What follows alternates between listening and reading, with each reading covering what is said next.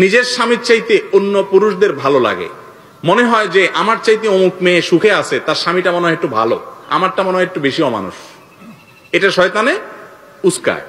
আর মানুষ শয়তান আছে, শয়তান দুই প্রকার, একটা জিন শয়তান আর একটা কি মানুষ শয়তান। মানুষ শয়তান হলো জিন শয়তানের দোসর।